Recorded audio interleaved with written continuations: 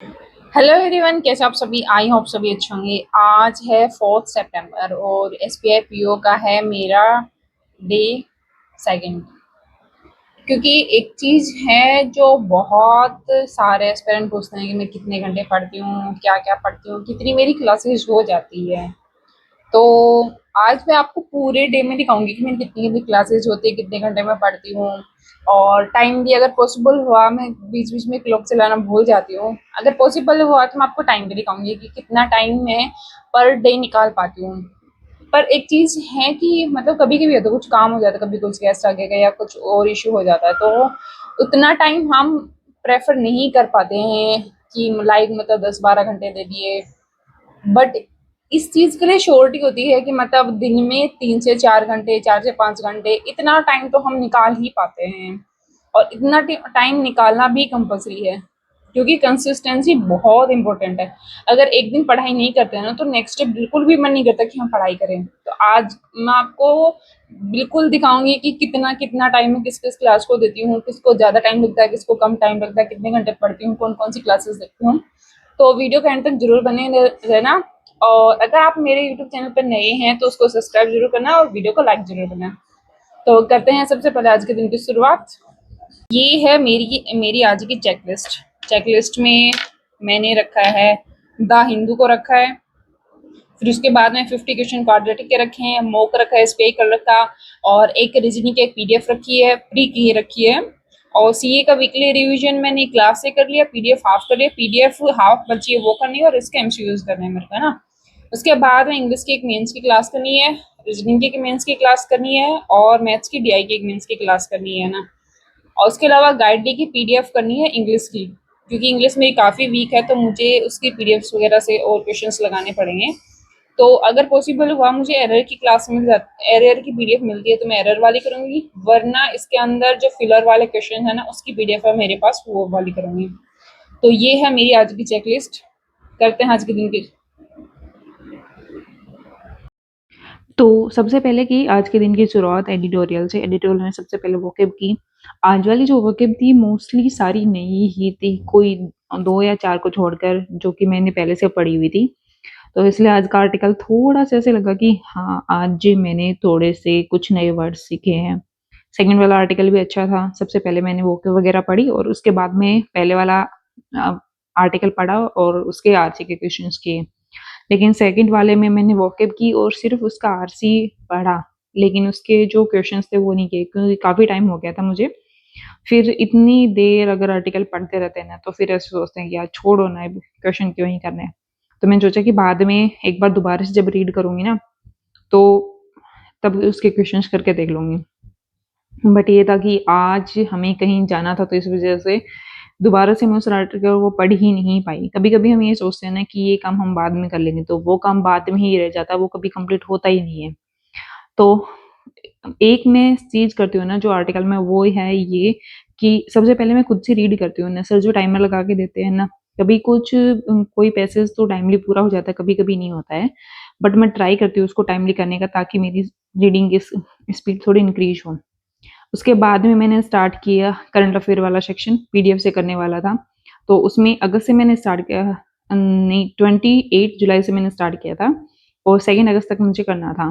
तो मैंने जुलाई वाला सेक्शन पूरा कर लिया था, और मुझे 1 अगस्त से स्टार्ट करना। तो पहले मैंने 1 अगस्त का किया, फिर बाद में मैंने 2 अगस्त का कंप्लीट किया। उसके जो भी क्वेश्चंस थे उनको भी लगाया, उस वीक के जो भी क्वेश्चंस थे वो, है ना। क्योंकि ये होता है कि हम कितना भी रीडिंग कर लें, कितना भी उसको याद कर लें, लेकिन जब तक हम क्वेश्चंस लगा के नहीं देखेंगे ना, हमें पता ही नहीं चलेगा कि हमने मतलब जो याद किया है वो हमें कितना याद है। तो इसलिए एमसीक्यूज का मतलब या तो मॉक लगाना या फिर एमसीक्यूज जैसे पीडीएफ से करना बहुत इंपॉर्टेंट होता है। मैं हमेशा ये करती हूँ कि पीडीएफ निकालती हूँ, एमसीक्यूज के करती हूँ और उसके आंसर लिखती जाती हूँ, और बाद में चेक करती हूँ कि मैंने कितने क्वेश्चन किए हैं जो मेरे सही हैं, और उसके अकॉर्डिंग अपनी प्रिपरेशन को मतलब चेक करती हूँ कि मैं जो याद करती हूँ, जो सीए वाला सेक्शन है वो मुझे कितना याद रहता है। काफ़ी सारे एस्पिरेंट्स ऐसे करते हैं, 2-3 सोर्सेज मतलब करते हैं, और ऐसा हो जाता है कि मतलब वो कंफ्यूज हो जाते हैं कि मतलब हमने जो पढ़ा है वो एक्चुअली में हमारे लिए बेनिफिट करेगा या नहीं करेगा। एक सोर्स रखो, अच्छा रखो, बट मतलब ये नहीं है कि उसके बाद में आपको बाहर से कुछ देखना पड़े, इसीलिए मैं अभिजीत सर को फॉलो करती हूँ ना। वो कंप्लीट करने के बाद में मैंने जो एसबीआई कलर की जो प्रीलिम्स की पीडीएफ थी वो करना स्टार्ट किया। वो मैंने की थी पुनीत सर की जो 4 बजे क्लास होती है ना, उसकी पीडीएफ मैंने डाउनलोड की और उसी के क्वेश्चंस किए। उसमें सीरीज वाले क्वेश्चंस भी थे, सिलोक्स वाले क्वेश्चन, इनइक्विटी के क्वेश्चन भी और पजल्स के क्वेश्चंस। मतलब मिक्स जो मॉक होता है ना वैसे ही क्वेश्चंस थे उसके अंदर, बट उनके अंदर कुछ-कुछ ऐसे ट्रिकी क्वेश्चंस थे, मतलब रीड करने से तो ऐसा लग रहा था बहुत ईज़ी है, लेकिन बाद में उनकी ट्रिक्स समझ में आ रही थी ना, कि इसको हम ईज़िली दूसरे वे से भी कर सकते थे। तो पुनीत सर की मतलब बेस्ट चीज़ यही होती है कि वो क्वेश्चंस बेशक कम करवाते हैं। वो कभी भी ये नहीं बोलते कि मुझे इतने क्वेश्चन कराने, इतने करवाने हैं, लेकिन वो सिखाते हैं, वो बहुत बेस्ट होता है हमारे लिए। इसीलिए मैं पुनीत सर की क्लासेस आपको हमेशा प्रेफर करती हूँ कि रीजनिंग के लिए ना पुनीत सर से बेस्ट मैंने आज तक कोई टीचर देखा ही नहीं है। बहुत बहुत अच्छे से पजल्स का मेथड बताते हैं, हर क्वेश्चन मेंस की जब मैंने क्लास की थी ना उसके क्वेश्चंस भी सर ने ऐसे करवाए थे स्लोक्स वाले जैसे प्रीलिम्स के करवाए हों उन्होंने। तो वो वाली पीडीएफ कंप्लीट की, अप्रोक्स मुझे मतलब उसमें 45 मिनट का अप्रोक्स लगी, क्योंकि उसमें ज़्यादा ऐसे कुछ क्वेश्चन नहीं थे, 2 ही उसके अंदर पजल थे, बाकी सारे क्वेश्चंस थे। तो कुछ क्वेश्चन जो मुझे नहीं समझ में आए या फिर मेरे से नहीं बने या फिर गलत हो गए, तो वो मैंने दोबारा से सर की पीडीएफ से किए। और मैं आपको दिखाती हूँ ना कि कैसे-कैसे पजल्स थे उसके अंदर। ये आप देख सकते हो, एक तो ये थी फ्लोर वाली पजल थी और एक ये वाली पजल थी ना, ये एक मॉक में भी आई थी, मैंने पहले अभी मैं स्टार्ट करूंगी रीजनिंग की मेंस की जो क्लास है वो क्लास करूंगी। अप्रोक्स 1.5 घंटे की क्लास है, लेकिन ये है कि रीजनिंग में पहले मैं खुद से ट्राई करती हूँ, उसके बाद में क्वेश्चन सर के देखती हूँ कि सर कैसे उसको अटेम्प्ट करवाते हैं ना। तो थोड़ा सा मतलब 2 घंटे के अप्रोक्स टाइम लग जाता है मुझे, 1.5 घंटे की क्लास में थोड़ा सा ज़्यादा लग जाता है उसमें। तो क्योंकि सर पहले थोड़ा टाइम देते हैं, लेकिन विद इन टाइम कभी कभी कुछ क्वेश्चन नहीं हो पाते हैं, तो ज़्यादा टाइम लग जाता है। वो क्लास कंप्लीट करने के बाद में मेंस की एक डीआई वाली क्लास देखूंगी, वो अप्रोक्स 1 घंटे की होती है।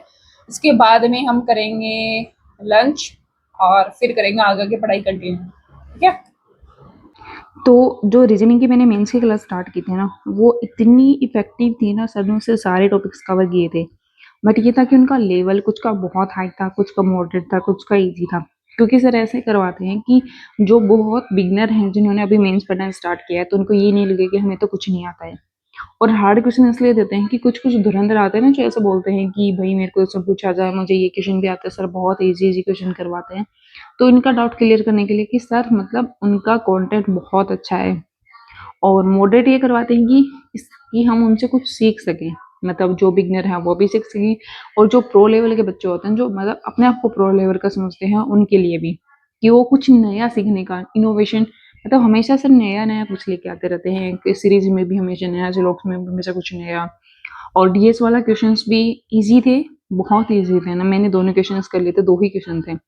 बट आउटपुट इनपुट वाले में मतलब 5 स्टेप थी, उसमें से मैंने 2 कंप्लीट कर ली थी। 2 नहीं 3 कर ली थी ना, 2 मुझे समझ नहीं आई थी। और एक वो है ना जिसमें मतलब लेटर का अपोजिट करना होता है ना, वो तो हमेशा ही मेरे से मिस हो जाता है। पता नहीं दिमाग में आता ही नहीं है वो कभी मुझे ना।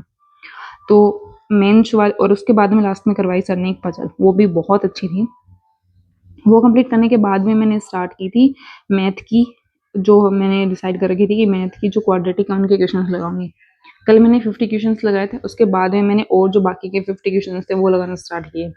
तो जो मेंस बेस थे वो भी आ गए थे उसके अंदर, प्रीलिम्स के भी आ गए थे, क्योंकि ये है कि जो आसिफ सर की जो बुक है ना उसके अंदर मिक्स से ही क्वेश्चन दे रखे थे, मतलब पहले इजी लेवल, फिर मॉडरेट लेवल, फिर हार्ड लेवल। तो इजी और मॉडरेट में ज़्यादा क्वेश्चंस नहीं थे, हार्ड वाला जो मेंस वाला लेवल है ना उसके बहुत सारे क्वेश्चंस दे रखे थे। तो जो मेंस के थे ना सारे क्वेश्चन वही किए थे मैंने, कि मतलब कुछ तो नया सीखने के लिए मिल रहा है। और वो कंप्लीट करने के बाद में मैंने मेंस की डीआई की क्लास लगाना स्टार्ट किया। डीआई की उसमें 3 पजल करवाए, 3 डीआई के सेट करवाए तो मैंने 2 ही किए थे ना, क्योंकि 2 में ही मुझे काफ़ी टाइम लग गया, उसके बाद में हमें घर के लिए भी निकलना था। तो इस वजह से मैंने सोचा कि पहले पहले खुद से ट्राई करो, फिर सर का देखो और उसके क्वेश्चन ट्राई करके दो। क्वेश्चंस का लेवल ज़्यादा वो नहीं था, लेकिन डीआई जो बन रही थी ना वो बहुत अच्छे लेवल की बन रही थी और मतलब कुछ नया सीखने के लिए मिल रहा था। उसके बाद में हम निकल गए घर के लिए और ये एक दिल्ली में जगह है, मुझे पता तो नहीं कौन सी जगह है, बट यहाँ का व्यू सच में बहुत अच्छा है। मतलब यहाँ से जाते हैं मैं हमेशा इसका वीडियो बनाती हूँ ना, बहुत अच्छा लगता है इनको देख के, लाइटिंग वगैरह। पहले यहाँ पे मतलब इतना वो नहीं था, अभी रिसेंटली ये सब चीज़ें बनी हैं यहाँ पे, है ना। तो बहुत अच्छा लाइटिंग वाइटिंग सब बिल्कुल सही है, तो बहुत अच्छा। उसके बाद हम बीच में रुके खाना खाने के लिए कहीं, और खाना खाने के बाद पहुंचे हम घर। तो ऐसा था मेरा आज का दिन। वीडियो कैसी लगी कमेंट करके ज़रूर बताना। Thank you so much.